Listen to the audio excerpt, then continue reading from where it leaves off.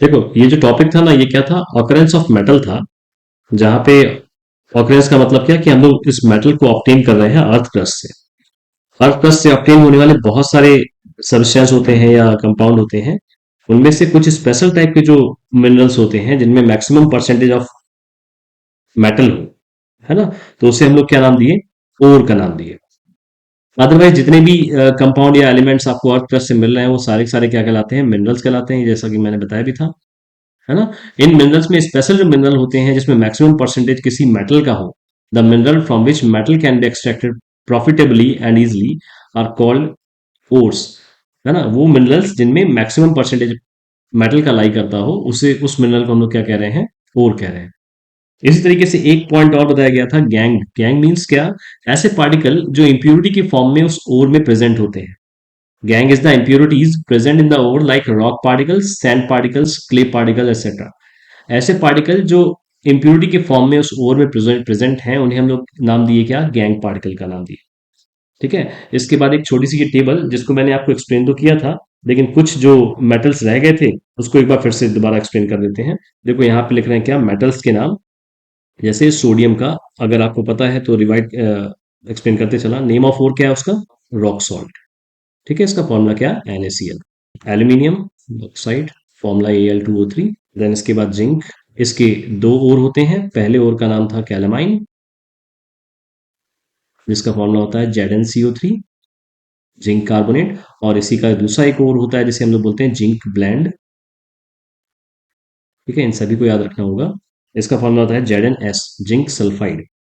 ठीक है। एक और आयरन, इसके ओर का नाम होता है हेमेटाइट, फॉर्मूला होता है Fe2O3, जहां पे आयरन की कितनी वैलेंसी, 3। ठीक है। देन नेक्स्ट है कि इंपॉर्टेंट, कॉपर। कॉपर का एक और होता है जिसे हम लोग बोलते हैं क्या, क्यूपराइट। इसका फॉर्मूला होता है Cu2O। और इसी का एक दूसरा और होता है जिसको हम लोग बोलते हैं क्या, कॉपर ग्लैंस बोलते हैं। कॉपर ग्लैंस, ये सल्फाइड के फॉर्म में पाया जाता है, Cu2S। Cu2S। ठीक है। देन नेक्स्ट एक मैंने आपको मरकरी का बताया था, मरकरी सिनेबर, है ना। इसका फॉर्मूला होता है HgS। ठीक। एक थर्माइट रिएक्शन में एक और एलिमेंट मिलेगा जिसको बोलते हैं मैंगनीज, है ना, मैंगनीज। इसका जो नेम होता है, और का नाम होता है, उसको बोलते हैं पायरोलोसाइट। इसका फॉर्मूला होता है MnO2। ठीक है। तो कुछ इतने ओर्स को एक्सप्लेन किया गया था इस चैप्टर में। और एक्सट्रैक्शन ऑफ मेटल जो है, मतलब क्या कि इस तरह के ओर में से हम लोग को ये जो ओर है इनमें से हम लोग को ऑब्टेन करना है क्या, मेटल्स को ऑब्टेन करना है, वही हम लोग इस टॉपिक में पढ़ने वाले थे। ठीक है। चलो आगे देखते हैं, extraction of metal from their ores. Ores से मेटल को ऑब्टेन किस तरीके से किया जाता है, कौन कौन से प्रोसेस होते हैं, वो सारे के सारे अब हम लोग इस टर्म में पढ़ने वाले हैं। वो प्रोसेस जिससे हम लोग ओर्स को ऑब्टेन करते हैं, सॉरी मेटल को ऑब्टेन करते हैं फ्रॉम ओर्स, ये प्रोसेस कहलाता है मेटलर्जी, है ना। The various process involve in the extraction of metal from their ores and refining are known as metallurgy. इसी में तीन प्रोसेस इंपॉर्टेंट थे, जो तीन स्टेप्स होते हैं ओर से मेटल को ऑब्टेन करने की। उनमें से सबसे पहला स्टेप होता है कंसंट्रेशन ऑफ ओर, या जिसे हम लोग बोलते हैं इनरिचमेंट ऑफ ओर। जहां पे एक सिंपल सा टास्क किया जाता है कि जो भी हम लोग को अर्थ क्रस्ट से ओर के फॉर्म में सब्सटेंस मिल रहा है, उसमें जो गैंग पार्टिकल्स हैं इनको रिमूव करना है।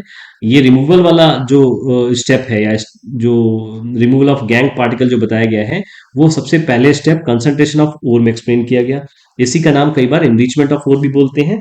सेकेंड स्टेप होता है जो बहुत इंपॉर्टेंट, जिसमें बहुत सारे प्रोसेस देखने को मिले, conversion of concentrated ore into metal. Gangue particle को रिमूव करने के बाद, या दूसरे वर्ड में बोलिए, फर्स्ट स्टेप को कंप्लीट करने के बाद हम लोग पहुंचते हैं कहां पे, सेकेंड स्टेप में। सॉरी, सेकेंड स्टेप में हम लोग क्या करते हैं, गैंग पार्टिकल जब रिमूव हो जाता है देन इसके बाद कन्वर्ट करते हैं इसे मेटल के फॉर्म में। अच्छा, तो यहाँ पे सेकेंड स्टेप में प्रायोरिटी रखते हैं कि कौन सा मेटल हाईली रिएक्टिव है, कौन सा मॉडरेटली रिएक्टिव है और कौन सा लेस रिएक्टिव है ना। उनके बेसिस पे ये कन्वर्जन किया जाता है। देन नेक्स्ट लास्ट स्टेप होता है जिसे हम लोग बोलते हैं purification of metal by electrolytic refining. Electrolytic refining method की हेल्प से अगर इम्प्योर मेटल ऑब्टेन हो रहा है तो उसे अगेन क्या कर लेते हैं, प्यूरिफाइड कर लेते हैं। तो ये मेजर 3 प्रोसेस होते हैं जिसकी हेल्प से हम लोग किसी भी ओर से मेटल को ऑब्टेन करते हैं, और यही तीनों प्रोसेस का कलेक्शन क्या कहलाता है? मेटलर्जी कहलाता है। ठीक है।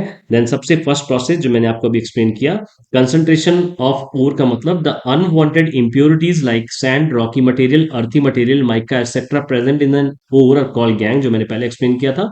और इस मेथड में इन्हीं गैंग पार्टिकल को रिमूव करना with the help of hydraulic washing, magnetic separation और केमिकल सेपरेशन मेथड। इन मेथड की हेल्प से हम लोग क्या करते हैं? ओर में प्रेजेंट गैंग पार्टिकल को रिमूव करने का काम कर रहे हैं। और ये जो प्रोसेस है ये क्या कहलाता है? कंसंट्रेशन ऑफ ओर कहलाता है, जहां पे गैंग पार्टिकल को रिमूव किया जाता है। अच्छा, सेकेंड जो स्टेप होता है जिसमें बताया गया conversion of concentrated ore into metals, है ना। यहाँ पे जितने भी मेटल्स हैं जो भी अपने सिलेबस में है, उनको कैटेगराइज कर दिया है उनके बेसिस ऑफ रिएक्टिविटी, है ना।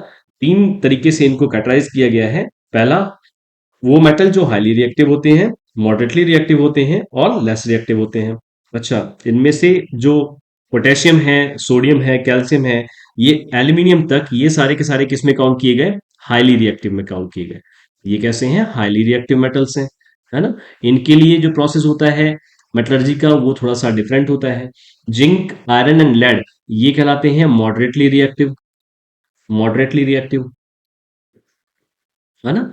और इसके बाद क्या, लास्ट वाली ये जो है हाइड्रोजन को छोड़ के, कॉपर एंड मरकरी ये होते हैं क्या? लेस रिएक्टिव होते हैं, लेस रिएक्टिव होते हैं। अच्छा, जो सिल्वर हो गया, गोल्ड हो गया, एक और अगर प्लैटिनम की बात करें तो ये 3 इस तरह के मेटल्स होते हैं जो कैसे होते हैं? लीस्ट रिएक्टिव स्टेटस में काउंट करवाए जाते हैं। किसमें? लीस्ट रिएक्टिव होते हैं। और ये जो होते हैं ना, इनको हम लोग नेटिव स्टेट या फ्री स्टेट में ही अर्थ से ऑब्टेन करते हैं, है ना। बहुत स्मॉल अमाउंट ऑफ, या बिना किसी खास कोई प्रोसेस के हम लोग इसको डायरेक्टली अर्थ क्रस्ट से ऑब्टेन कर लेते हैं। ये ऐसे जो एलिमेंट्स हैं या ऐसे जो मेटल्स हैं, इनको हम लोग क्या बोल रहे हैं? सिल्वर, गोल्ड या प्लैटिनम बोल रहे हैं। लीस्ट रिएक्टिव होने की वजह से ये अर्थ क्रस्ट में भी किसी के साथ भी रिएक्ट नहीं करते, इसलिए ये फ्री स्टेट में पाए जाते हैं, या फिर इनको बोलते हैं क्या? नेटिव स्टेट में पाए जाने वाले एलिमेंट्स कहते हैं, है ना। फ्री स्टेट का मतलब क्या कि ये जैसे हैं उसी स्टेट में अर्थ क्रस्ट से पाए जाते हैं, बस थोड़ा सा प्रोसेस करके इनकी क्वालिटी को इंप्रूव कर लिया जाता है ना, या नेटिव स्टेट जिसे बोलते हैं। चलो आगे बढ़ते हैं। देन अब हम लोग क्या करेंगे, अगले जो स्लाइड्स में देखने वाले हैं कि जो कैटेगराइज किए हुए मेटल्स है ना, इनको किस तरीके से यहाँ से मेटल को ऑब्टेन करते हैं, है ना। वो वन बाय वन सारे के सारे प्रोसेस को समझते हैं। सबसे पहले समझते हैं क्या? Extraction of highly reactive metals. जो हाईली रिएक्टिव मेटल्स हैं, हाईली रिएक्टिव मेटल्स जैसे पोटेशियम हो गया, जैसे सोडियम हो गया, कैल्शियम हो गया, मैग्नीशियम हो गया और एल्यूमिनियम हो गया। हम लोग केवल इन्हीं मेटल्स की बात कर रहे हैं जिसको बोल रहे हैं क्या कि ये हाईली रिएक्टिव मेटल्स हैं। इनका एक्सट्रैक्शन किस तरीके से करते हैं वो जानते हैं। और इनके एक्सट्रैक्शन के लिए एक सिंपल सा मेथड होता है कि पहले तो क्या करना है? गैंग पार्टिकल को रिमूव करना है, एंड इसके बाद इजिली इलेक्ट्रोलिसिस करके इनमें से प्योर मेटल को ऑब्टेन कर लिया जाता है। The highly reactive metals are extracted by the electrolysis of their molten chlorides of oxide. अच्छा, यहाँ पे एक और क्वेश्चन बताओगे क्या? व्हाट इज ब्राइन सॉल्यूशन, है ना। NaCl और कोल्ड वाटर को जब मिक्स कर देते हैं तो ये जो सॉल्यूशन बनता है वो ब्राइन सॉल्यूशन कहलाता है। ठीक है। अच्छा, यहाँ पे देखना, इलेक्ट्रोलिसिस का मतलब क्या? एक ऐसा प्रोसेस जहां पे हम लोग मॉल्टन सॉल्ट में पास करा देते हैं क्या? इलेक्ट्रिक करंट को। ये प्रोसेस क्या कहलाता है? इलेक्ट्रोलिसिस कहलाता है। इस प्रोसेस में जो इलेक्ट्रोड होता है, इलेक्ट्रोड मींस बैटरी के टर्मिनल्स को हम लोग इलेक्ट्रोड कह रहे हैं, और जिस सॉल्यूशन में उसको डिप किए हुए हैं वो क्या कहलाता है? इलेक्ट्रोलाइट कहलाता है ना। और ये पूरा प्रोसेस क्या कहलाता है? इलेक्ट्रोलिसिस कहलाता है। The metal are always produced at cathode. Cathode means battery का वो नेगेटिव टर्मिनल, या जिसे हम लोग नेगेटिव इलेक्ट्रोड बोल रहे हैं। एंड ऑक्सीजन और chlorine gas remove from the anode. Anode means positive terminal, या फिर उसको पॉजिटिव इलेक्ट्रोड कहते हैं। Highly reactive metals like potassium, sodium, calcium, ये सारे के सारे इजिली हम लोग को ऑब्टेन हो जाते हैं किस मेथड के थ्रू? इलेक्ट्रोलिसिस के थ्रू, है ना। इसके बाद हम लोग इस पे कोई खास और अलग प्रोसेस यूज नहीं करते। ये हाईली रिएक्टिव होते हैं और इजिली किससे ऑब्टेन हो जाते हैं? केवल एक प्रोसेस से, जिसे हम लोग बोल रहे हैं क्या? इलेक्ट्रोलिसिस बोल रहे हैं। Electrolysis of their molten chlorides या ऑक्साइड्स, है ना। जैसे एल्यूमिनियम मेटल जो होता है वो किसके फॉर्म में नेचर से मिलता है? ऑक्साइड के फॉर्म में मिलता है। तो इसका भी हम लोग क्या कर लेते हैं? इलेक्ट्रोलिसिस कर लेते हैं, जिसके बेसिस पे इजिली हम लोग प्योर मेटल को ऑब्टेन कर लेते हैं। अच्छा, इलेक्ट्रोलिसिस एक ऐसा मेथड होता है जिससे ऑब्टेन किया हुआ मेटल प्योर फॉर्म का मेटल होता है। इसमें अब कोई भी प्रकार की इंप्योरिटी देखने को नहीं मिलती है ना। जैसे अगर हम लोग आगे जो मॉडरेटली रिएक्टिव मेटल्स के साथ या फिर लेस रिएक्टिव मेटल के साथ जो प्रोसेस यूज करेंगे ना, उनसे मिलने वाले जो मेटल्स होंगे उनमें फिर भी कुछ इम्प्योरिटी देखने को मिलती है, और उस इम्प्योरिटी को फाइनली इलेक्ट्रोलिसिस मेथड से हम लोग उसको प्योर कर लेते हैं। अच्छा, इलेक्ट्रोलिसिस का और एक्सप्लेनेशन इसी टॉपिक के लास्ट वाले पार्ट में कंप्लीट करके एक्सप्लेन कर रहे हैं। अदरवाइज अगर यहाँ समझना चाहो तो कैथोड का मतलब जहां कहीं पे भी जिस भी बकेट में हम लोगों ने सॉल्यूशन लिया हुआ है, इस बकेट में जब हम लोग बैटरी को कनेक्ट करते हैं तो बैटरी का एक टर्मिनल होता है कैसा पॉजिटिव और दूसरा होता है कैसा नेगेटिव होता है ना। तो पॉजिटिव टर्मिनल के साथ हमेशा क्या कनेक्ट कर दिया जाता है, वो वाले पार्ट को कनेक्ट करेंगे या वहां से वो टर्म रिलीज होगा जो एनायन को फॉर्म कर रहा होता है। जैसे अगर मैंने अंदर का सॉल्यूशन जो लिया हुआ है, सपोज करना क्या लिया है, अंदर वाटर है मेरे पास H2O है, और साथ में क्या है NaCl है ना। मतलब क्या कि ये जो रॉक सॉल्ट है उसका मॉल्टेन फॉर्म अगर मेरे पास इस बीकर में है, और उसमें मैंने क्या कर दिया, इलेक्ट्रिसिटी पास करा दी है, तो होता क्या है कि यहां से जो कैटायन फॉर्म करते हैं ना, वो किसकी तरफ अट्रैक्ट होते हैं, वो अट्रैक्ट होते हैं, ये पॉजिटिव टर्मिनल है इसलिए किस तरफ अट्रैक्ट होंगे, नेगेटिव की तरफ अट्रैक्ट होंगे। और नेगेटिव इलेक्ट्रोड को क्या कहा जा रहा है, कैथोड कहा जा रहा है। इसका मतलब क्या कि जो मेटल्स होते हैं वो हमेशा किस तरफ से प्रोड्यूस होते हैं, कैथोड के थ्रू प्रोड्यूस होते हैं। और जो एनोड को थ्रू जो टर्म्स मिल रहे होते हैं ना, वो कौन से होते हैं, जैसे ऑक्सीजन हो गया, क्योंकि ऑक्सीजन हमेशा कैसा फॉर्म करता है, चार्ज पार्टिकल एनायन फॉर्म करता है ना। और एनायन हमेशा पॉजिटिव टर्मिनल की तरफ अट्रैक्ट होगा। ये हम लोग को भी पता है कि अपोजिट चार्जेस जो होते हैं वो क्या करते हैं, अट्रैक्ट होते हैं, और जो सेम चार्जेस होते हैं वो रिपेल करते हैं। सेम वही कॉन्सेप्ट यहाँ पे भी देखने को मिलता है कि अगर अपने पास यहाँ पे इस बीकर में कोई मेटल जो एनायन सॉरी कैटायन की फॉर्मेशन में होता है, वो किस तरफ अट्रैक्ट होता हुआ दिखता है, नेगेटिव टर्मिनल जिसे हम लोग कैथोड बोल रहे हैं। और जो एनायन की फॉर्मेशन होते हैं इसी बीकर में, वो किस तरफ अट्रैक्ट होते हुए दिखते हैं, पॉजिटिव टर्मिनल की तरफ, जिसे हम लोग एनोड बोल रहे हैं। ठीक है। अच्छा, लेकिन इस प्रोसेस में थोड़ी सी चीजें और बढ़ जाती हैं जब हम लोग कॉपर या दूसरे रिएक्टिव मेटल को इलेक्ट्रोलिसिस की हेल्प से प्योर करते हैं। वो मेथड हम लोग अभी थोड़ी देर में देख रहे हैं। ठीक है, चलो आगे देखते हैं, है ना। देखना, इस हाईली रिएक्टिव मेटल में उस इलेक्ट्रोलिसिस प्रोसेस में हो क्या रहा है, NaCl जो ब्रेक हो रहा है किसके फॉर्म में, Na प्लस के फॉर्म में और Cl माइनस के फॉर्म में, है ना। और ये जो Na प्लस वाला जो पार्ट है ना, वो किस तरफ अट्रैक्ट हो जाएगा, नेगेटिव टर्मिनल की तरफ, मतलब जिसे बोल रहे हैं क्या, कैथोड की तरफ, है ना। और जो Cl माइनस वाला पार्ट है वो किस तरफ अट्रैक्ट हो जाएगा, एनोड की तरफ। इसका और भी अच्छा सा प्रोसेस है जहाँ पे जो इम्प्योरिटीज होती हैं वो एनोड मड के फॉर्म में कलेक्ट हो जाती हैं, वो सारा का सारा प्रोसेस इसके लास्ट वाले टॉपिक में एक्सप्लेन कर दिया है स्लाइड में मैंने, है ना, इसके क्लास में। चलो आगे देखते हैं फिलहाल। इसी तरीके से जिस तरीके से हम लोग हाईली रिएक्टिव मेटल सोडियम को प्रिपेयर कर रहे हैं ना, या ऑब्टेन कर रहे हैं ओर से उसके, वैसे ही रिमेनिंग जितने भी अपने पास हाईली रिएक्टिव मेटल्स है ना, पोटेशियम, कैल्शियम, मैग्नीशियम, एल्यूमिनियम, इनको भी इसी मेथड के थ्रू प्योर फॉर्म में ऑब्टेन कर लेते हैं। जैसा कि मैंने बताया ना कि इलेक्ट्रोलिसिस एक ऐसा मेथड है जहां से हम लोग जो मेटल ऑब्टेन करते हैं वो सबसे प्योरेस्ट फॉर्म के मेटल्स होते हैं। इसके बाद हम लोग इसको और किसी प्यूरिफिकेशन की रिक्वायरमेंट नहीं होती, है ना। जैसे यहाँ पे मैंने KCl लिखा है, इसका मतलब क्या कि पोटेशियम क्लोराइड के फॉर्म में पोटेशियम का ओर पाया जाता है। पर ये इनका कोई एक्सप्लेनेशन ज्यादा कुछ है नहीं अपने सिलेबस में। मेन बेसिक इस NaCl या रॉक सॉल्ट को लेकर ही बाकी सबको एक्सप्लेन कर दिया गया है कि जिस तरीके से NaCl को यहाँ पे ऑब्टेन किया जा रहा है, NaCl से सोडियम को ऑब्टेन किया जा रहा है, सेम वैसे ही कॉन्सेप्ट से या वैसे ही मेथड के हेल्प से हम लोग पोटेशियम, कैल्शियम, मैग्नीशियम और एल्यूमिनियम को ऑब्टेन कर लेते हैं। तो ये तो टर्म था जहां पे हम लोग क्या कर रहे हैं, हाईली रिएक्टिव मेटल को ऑब्टेन कर रहे हैं ओर से। अगर बात करें किसकी, मॉडरेटली रिएक्टिव मेटल्स की, जहां पे हम लोग दो तरह के मेनली एलिमेंट्स को देखते हैं या मेटल को देखते हैं।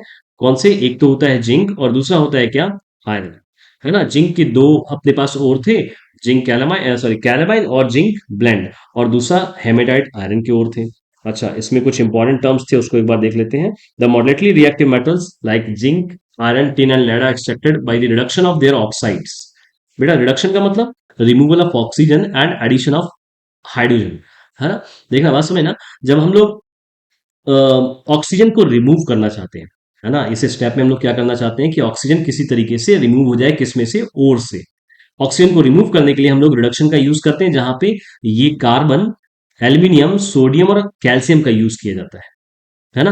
कई बार कई रिएक्शन में हम लोग कार्बन से ही इजीली उसको रिड्यूस कर लेते हैं। अदरवाइज अगर कार्बन से किसी को रिड्यूस करना पॉसिबल नहीं हो तो उसके बाद सेकेंड प्रायोरिटी देते हैं किसकी, एल्यूमिनियम की। इसके बाद भी पॉसिबल ना हो तब हम लोग ट्राई करते हैं सोडियम एंड कैल्शियम से। पर मेजरली जो आपके सिलेबस में है ना, वो इन्हीं दोनों की हेल्प से हम लोग इजिली ऑक्साइड को रिड्यूस कर लेते हैं, ऑक्सीजन को रिमूव कर लेते हैं और ऑब्टेन कर लेते हैं मेटल के फॉर्म में उसे, है ना। अच्छा, some of the moderately reactive metal occur in nature as oxide but others, है ना, ये क्या बताना चाह रहे हैं कि जैसे एल्यूमिनियम ऑक्साइड, ये वैसे है तो हाईली रिएक्टिव मेटल्स, लेकिन अगर दूसरे वर्ड में बोला जाए, इसको छोड़ दें, इसको छोड़ दें, क्योंकि ये तो हाईली रिएक्टिव में था ना।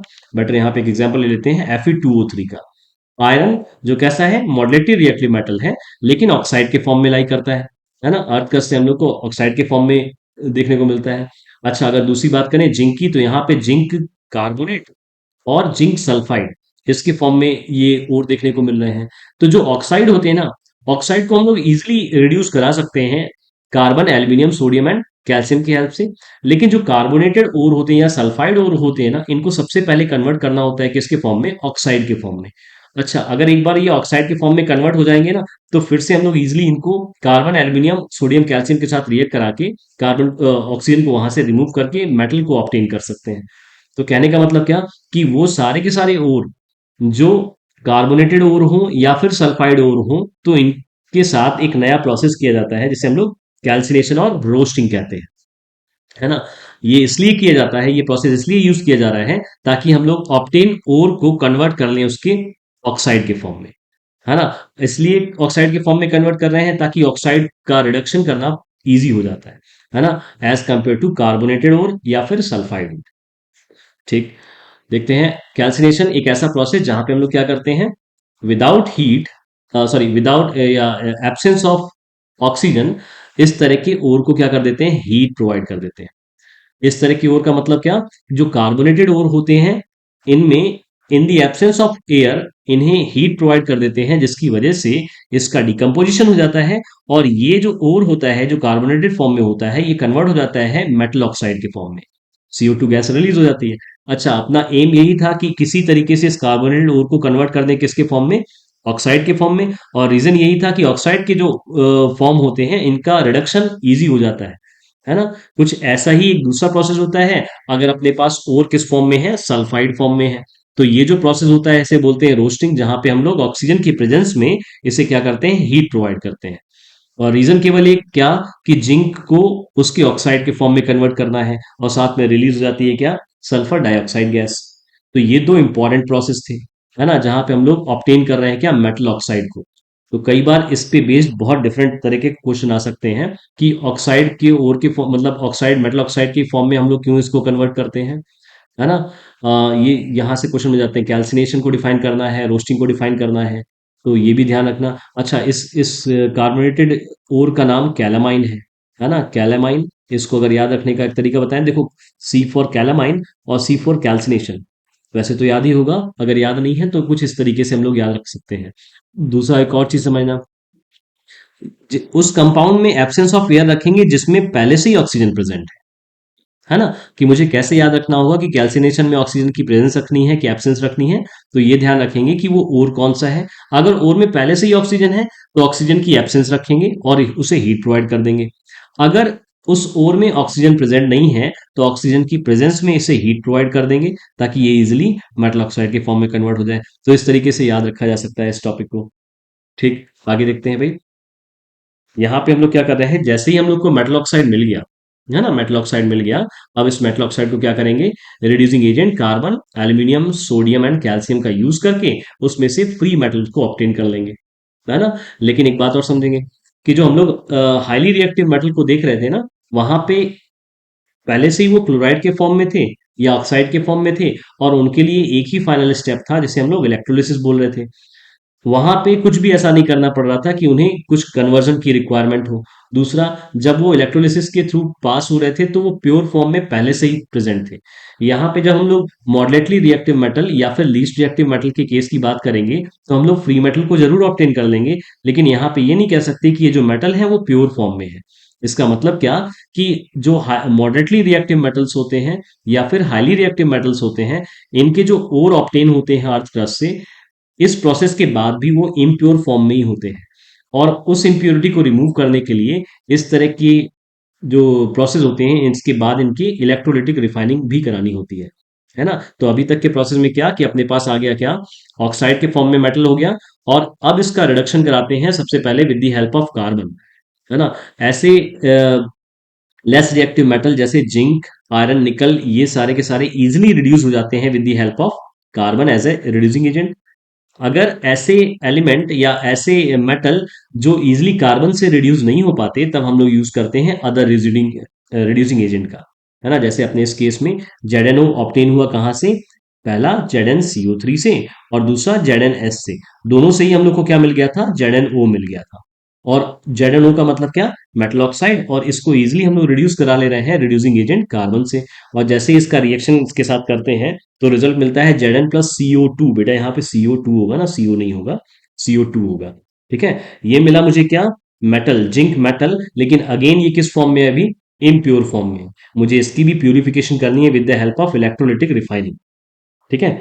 अच्छा, सेकंड देखते हैं, जब कार्बन से अगर कोई ऐसे ऑक्साइड्स हैं जो इजीली कार्बन से रिड्यूस नहीं हो रहे, तब ऐसे केस में हम लोग दूसरी प्रायोरिटी देते हैं किसे, एल्यूमिनियम को।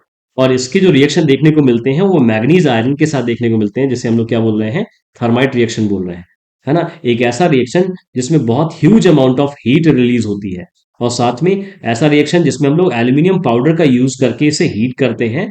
देन रिजल्ट क्या मिलता है, मेटल मिलता है मैग्नीज, और ये आयरन। बेटा इसमें इतनी ज्यादा हीट होती है ना, कि ये जो मैग्नीज मिलता है वो किस स्टेट में होता है, मॉल्टेन फॉर्म में होता है, लिक्विड फॉर्म में होता है। वैसे ही यहाँ आयरन जो मिलता है ना, ये भी किस फॉर्म में होता है, लिक्विड या मॉल्टेन स्टेट में होता है। इनके मॉल्टेन स्टेट होने की वजह से कई बार इनका यूज रेलवे ट्रैक्स या फिर जो आयरन होते हैं उनको ज्वाइन करने में हम लोग वेल्डिंग के केस में उसको यूज कर लेते हैं, है ना। तो यहाँ पे एक चीज समझ में आ रही है कि ये जो Fe2O3 है ना बेटा, ये बेस में लिखा हुआ 2 है, नीचे लिखा हुआ है। Fe2O3 का मतलब क्या, हेमेटाइट जो आयरन का ओर है, और MnO2 पाइरोलसाइड जो मैग्नीज का ओर है। ये ऐसे ओर हैं जो पहले से ही ऑक्साइड के फॉर्म में है, तो इनके साथ रोस्टिंग और कैल्सिनेशन करने की जरूरत नहीं है। कैल्सिनेशन और रोस्टिंग करने का रिक्वायरमेंट केवल उनके साथ होता है जो पहले से ऑक्साइड के फॉर्म में नहीं होते, और मॉडरेटली रिएक्टिव मेटल की कैटेगरी में लाई होते हैं। जो पहले से ही ऑक्साइड के फॉर्म में है, उनका ना तो रोस्टिंग करेंगे ना कैल्सिनेशन करेंगे, उनका इजीली कर देंगे क्या, रिडक्शन कर देंगे। लेकिन इस तरह के जो मेटल ओर हैं, इनका रिडक्शन कार्बन से पॉसिबल इजीली नहीं हो पाता। इस वजह से हम लोग दूसरे रिड्यूसिंग एजेंट एल्यूमिनियम पाउडर का यूज करते हैं।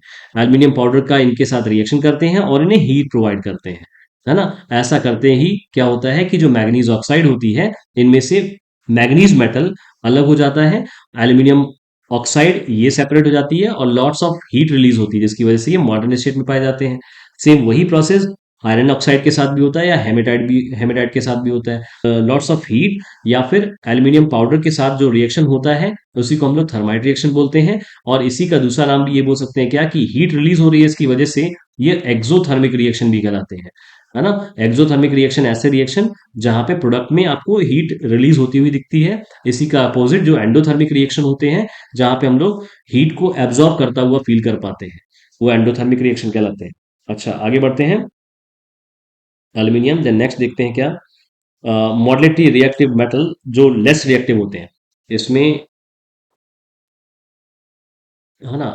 देखो एक लेस रिएक्टिव मेटल जैसा, बेटा यहाँ पे क्या आएगा, थर्ड वाला जो पार्ट आता है ना, सी वाला पार्ट, यहाँ पे आएगा क्या, ये बी नहीं है, ये एग्जैक्टली exactly है क्या, सी है, extraction of less reactive metal की बात की जा रही है। ठीक है, यहाँ पे लेस रिएक्टिव मेटल का मतलब क्या, कि दो मेटल को कंसीडर कर रहे हैं, एक कॉपर और दूसरा मरकरी, है ना। कॉपर के भी दो ओर थे जो मैंने आपको बताए थे, और एक ओर किसका है, मरकरी का है। Extraction of less reactive metal, यहाँ पे जो कॉपर भी मैंने आपको बताया ना, कॉपर दो फॉर्म में है, एक तो क्या है, सल्फाइड के फॉर्म में है, और दूसरा क्या है, ऑक्साइड के फॉर्म में है। और जो मरकरी है वो सिनेबर HgS के फॉर्म में है। कहने का मतलब क्या, कि अगर मुझे कॉपर सल्फाइड से कॉपर को ऑब्टेन करना है तो इसका क्या करना होगा, रोस्टिंग करनी होगी। अच्छा, सल्फर, ये जो मरकरी का जो ओर है सिनेबर, ये कैसा है, सल्फाइड ओर है, जिसका मुझे फिर से क्या करना होगा, रोस्टिंग करना होगा। लेकिन अगर हम लोग इसकी बात करें, कॉपर ऑक्साइड की बात करें, तो इसमें ना तो रोस्टिंग होनी है और ना ही कैल्सिनेशन होता है, क्योंकि ये पहले से ही ऑक्साइड के फॉर्म में है। इसका अगर हम लोग रिडक्शन करना चाहें तो इजिली रिडक्शन करा सकते हैं, लेकिन किस तरीके से होगा उसको समझते हैं। देखो उसके लिए सबसे पहले एक एग्जाम्पल लेते हैं क्या, मरकरी का। जो मरकरी सल्फाइड के फॉर्म में है, और इसको क्या करेंगे, इसकी रोस्टिंग कराएंगे। रोस्टिंग का मतलब क्या, in the presence of oxygen इसे हीट प्रोवाइड कर देंगे, जिसकी वजह से ये मरकरी जो सल्फाइड के फॉर्म में है ये कन्वर्ट हो जाएगा कैसा, ऑक्साइड के फॉर्म में, SO2 गैस रिलीज हो जाएगी।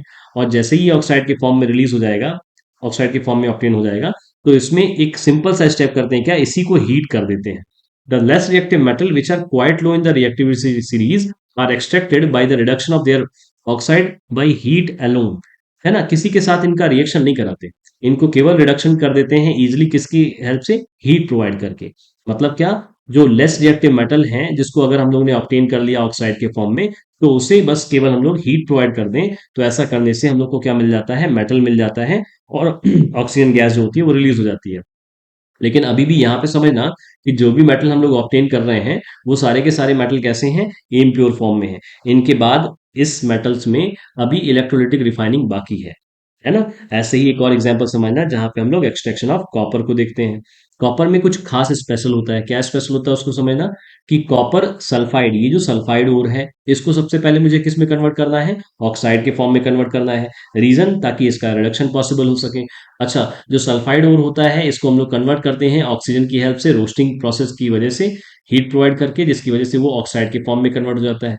यहाँ पे एक चीज ध्यान रखते हैं कि जो कॉपर ऑक्साइड के फॉर्म में जो मटेरियल आपको मिल रहा है ना, जब कभी भी इसका जो क्वांटिटी होती है ना, ये सफिशिएंट क्वांटिटी मुझे मिल जाए, कॉपर ऑक्साइड की अगर सफिशिएंट क्वांटिटी मिल जाती है, तो इस प्रोसेस को स्टॉप कर देते हैं। दूसरे वर्ड में बोलें, हीट को रोक देते हैं, और ऑक्सीजन की जो सप्लाई होती है उसको भी स्टॉप कर देते हैं।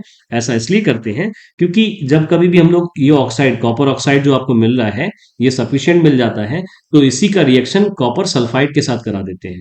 When good amount of copper sulphide has been converted into copper oxide, then supply of air for roasting is stopped. In the absence of air, copper oxide from above react with removing copper sulphide from copper metal and sulphur dioxide. क्या मतलब, कि जो process आपने stop कर दी है ना, इसके बाद जो भी C2S बचा हुआ है, उसके साथ हम लोग इजिली किसका रिएक्शन दे देते हैं, C2O का। मतलब कॉपर ऑक्साइड और कॉपर सल्फाइड को आपस में रिएक्ट करा देते हैं, और ऐसा करते ही जो रिजल्ट मिलता है वो हम लोग को क्या मिल जाता है, कॉपर मेटल मिल जाता है। तो ये जो प्रोसेस था ना, इसको थोड़ा सा ध्यान से समझना।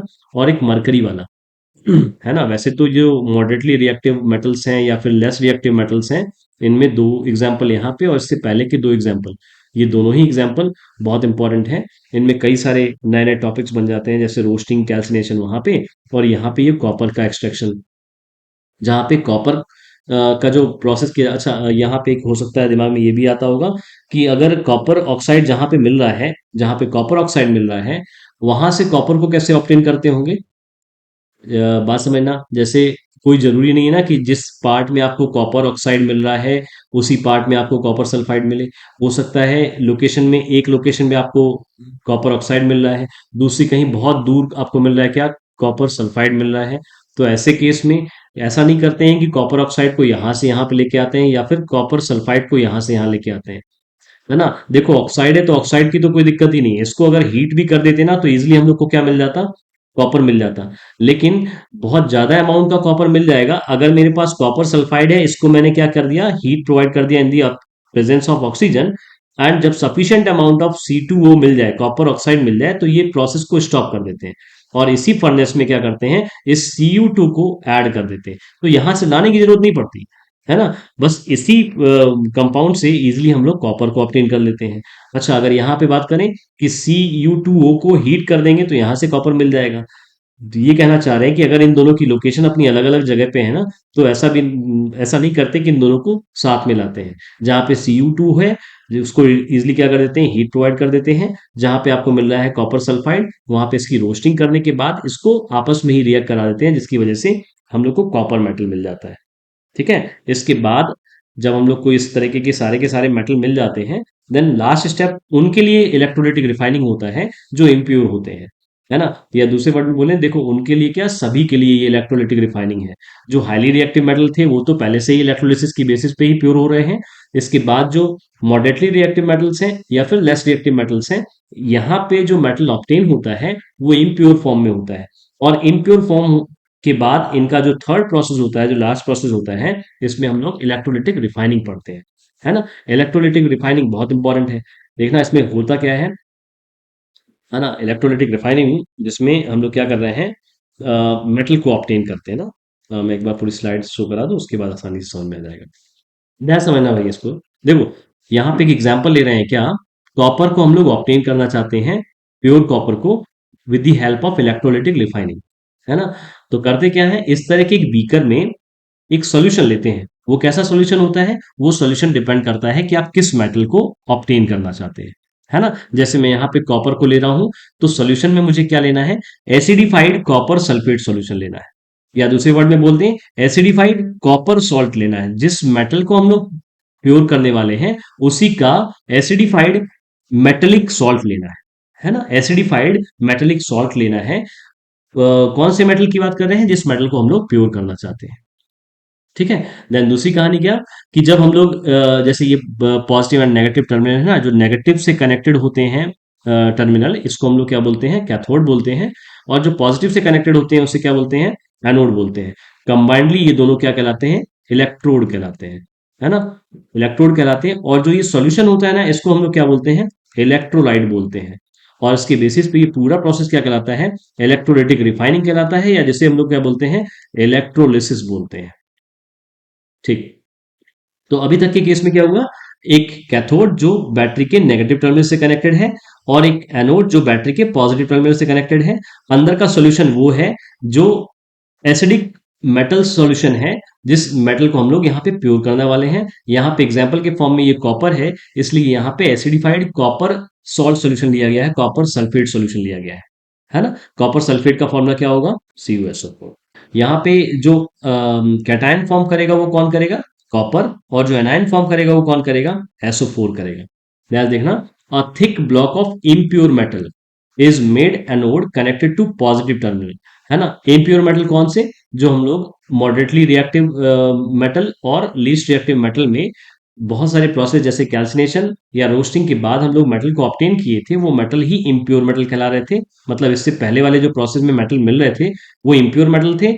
उसी की रॉड को हम लोग किसके साथ कनेक्ट कर देना है, पॉजिटिव टर्मिनल के साथ कनेक्ट कर देना है। मतलब ये जो एनोड के साथ कनेक्ट कर रहे हैं, वो कैसा है, इम्प्योर मेटल है ना। यहाँ पे इम्प्योर मेटल को कलेक्ट करते हैं। इसके बाद a thin strip of pure metal is made cathode. Cathode पे क्या कनेक्ट कर रहे हैं, प्योर मेटल कनेक्ट करते हैं, है ना। प्योर मेटल को कहाँ कनेक्ट कर देते हैं, कैथोड पे कनेक्ट करते हैं।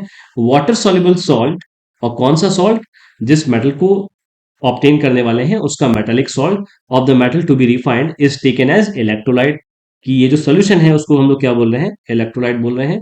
और जैसे ही हम लोग इस स्विच को ऑन करते हैं, जो की का मतलब क्या है, स्विच को ऑन करते हैं, on passing electric current, impure metal dissolve from anode and goes into the electricity।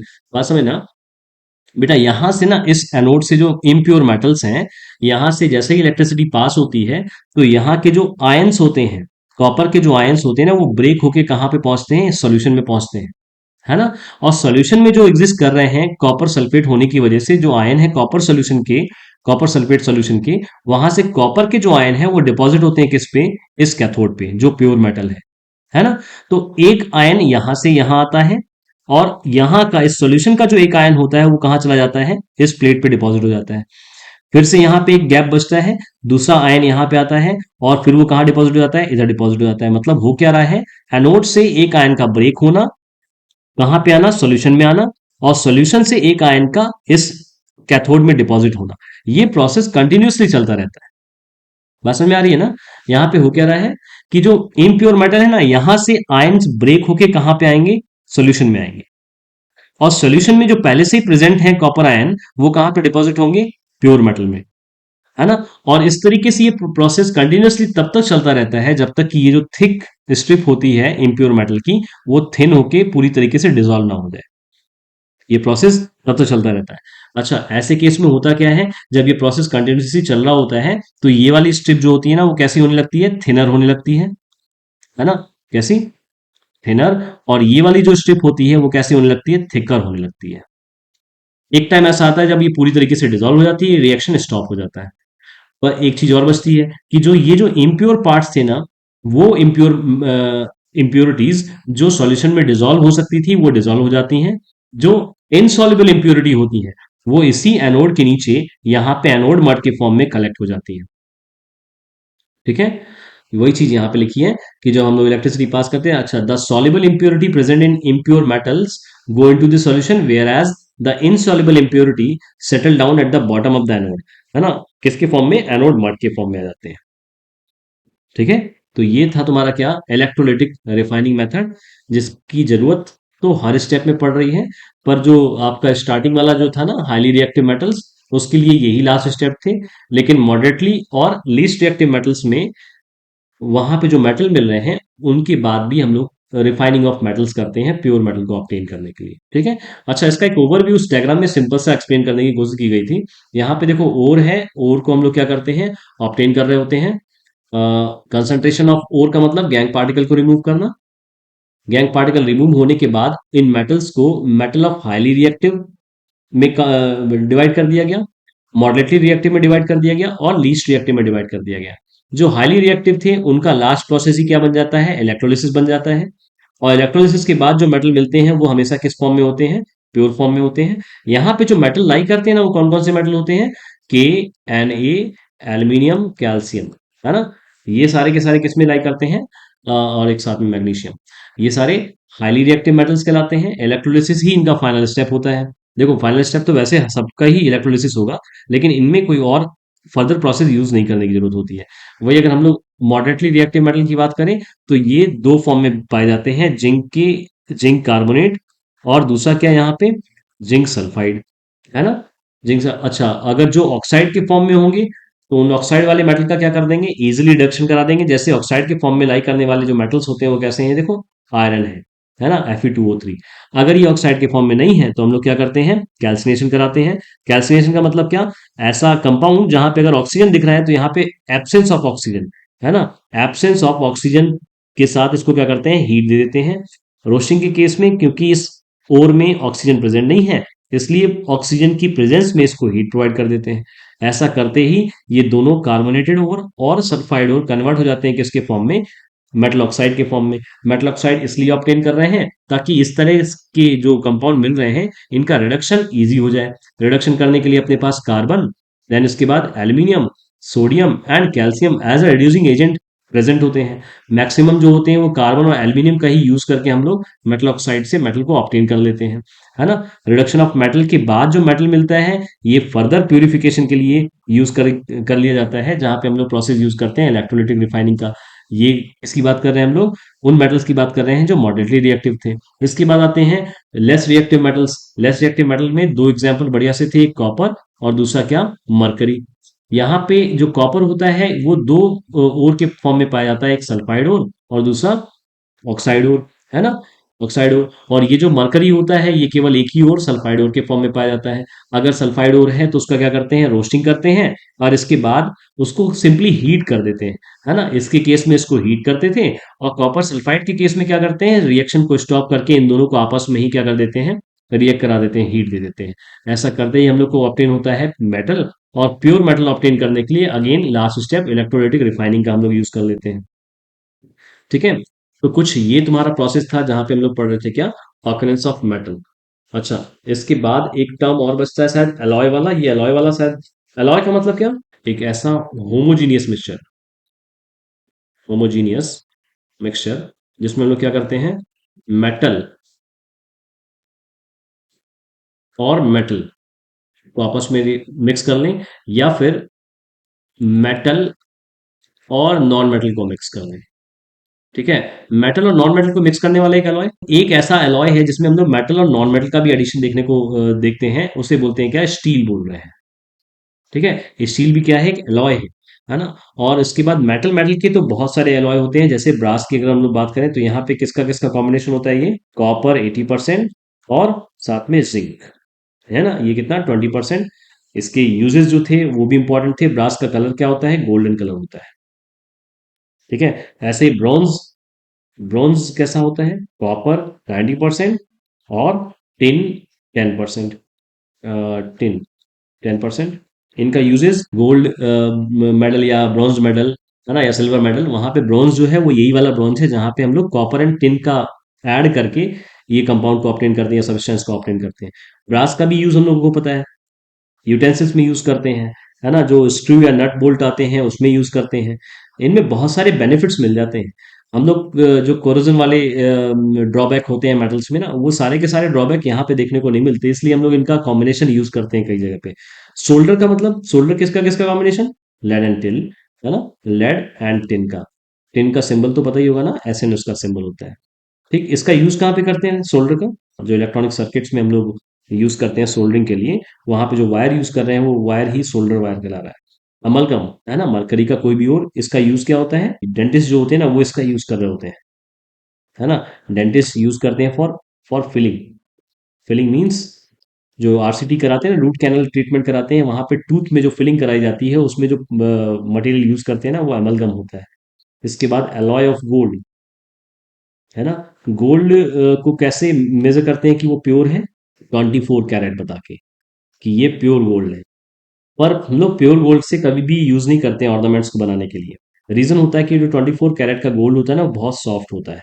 इतना सॉफ्ट होता है कि अगर इससे ऑर्नामेंट बनाया भी गया ना, ज्वेलरी बनाई भी गई, तो उसको इजिली हम लोग हैंड से फोल्ड कर सकते हैं, जैसे एल्यूमिनियम फॉयल को फोल्ड कर लेते हैं, है ना? इसलिए क्या करते हैं, इसमें इम्प्योरिटी को ऐड करते हैं, है ना? 22% रखते हैं किसका? गोल्ड का। और 1% ऐड करते हैं इसमें इम्प्योरिटी। इम्प्योरिटी की फॉर्म में नॉर्मली हम लोग यूज करते हैं किसका? सिल्वर और कॉपर, है ना? सिल्वर और कॉपर का। अगर कोई जो गोल्ड का जो सेलर होता है वो ऐसी इंप्योरिटी को इंक्रीज कर देता है ना, तो वहां पे एक रिजल्ट देखने को मिलता है कि जो डलनेस आती है गोल्ड में भी ना, वो किसकी वजह से आ रही है? क्योंकि वहां पे इंप्योरिटी के फॉर्म में सिल्वर और कॉपर की जो क्वांटिटी है ना उसको इंक्रीज कर दिया गया है। अगर कभी भी सिल्वर और कॉपर की क्वांटिटी को गोल्ड में इंक्रीज कर दिया जाएगा ना, तो वो गोल्ड जो है ना उसमें उतनी शाइननेस नहीं रहेगी, उसमें डलनेस आने लगती है। और रीजन होता है सिल्वर और कॉपर का एटमॉस्फेयर के साथ रिएक्ट होके कोरोड होने, है ना, जिससे डलनेस प्रोवाइड करता है किसी भी ऑर्नामेंट्स में। ठीक है, तो ये सिंपल सा टॉपिक था क्या? अलॉय।